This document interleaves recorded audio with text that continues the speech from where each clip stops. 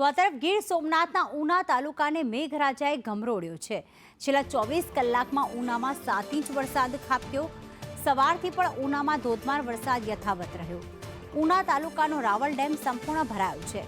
ડેમના 2 દરવાજા ખોલી 2500 ક્યુસેક પાણી છોડવામાં આવ્યું। વરસાદની આગાહીના પગલે તંત્ર એલર્ટ મોડ પર છે।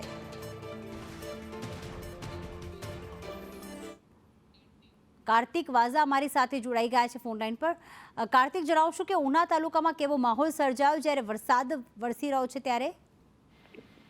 ચોક્કસથી વાત કરીએ તો કાલે બપોર બાદ છે તે વરસાદ છે તે તેમનું રુદ્ર સ્વરૂપ ધારણ કરેલું હતું। ત્યારે મોડી રાત્રે રાતના 8 વાગ્યાથી સવારના 6 વાગ્યા સુધી મુસળધાર વરસાદ પડ્યો છે। વરસાદ છે ઓછામાં ઓછો 5 ઇંચથી વધુ છે તો ઉના શહેર તેમજ ગ્રામ્ય વિસ્તારમાં જોરદાર પડ્યો હતો। તેને લઈને નીચાણવાળા વિસ્તારોમાં પણ ક્યાંક ને ક્યાંક પાણી જોવા મળ્યા છે। હાલમાં વરસાદ છે તે અવિરત રીતે ચાલુ છે અને ગીર જંગલમાં પણ ભારે વરસાદને લઈને મઠુંદરી તેમજ રાવલ ડેમમાં પણ ઘોડાપુર આવ્યું છે। આભાર તમામ વિગતો માટે કાર્તિક।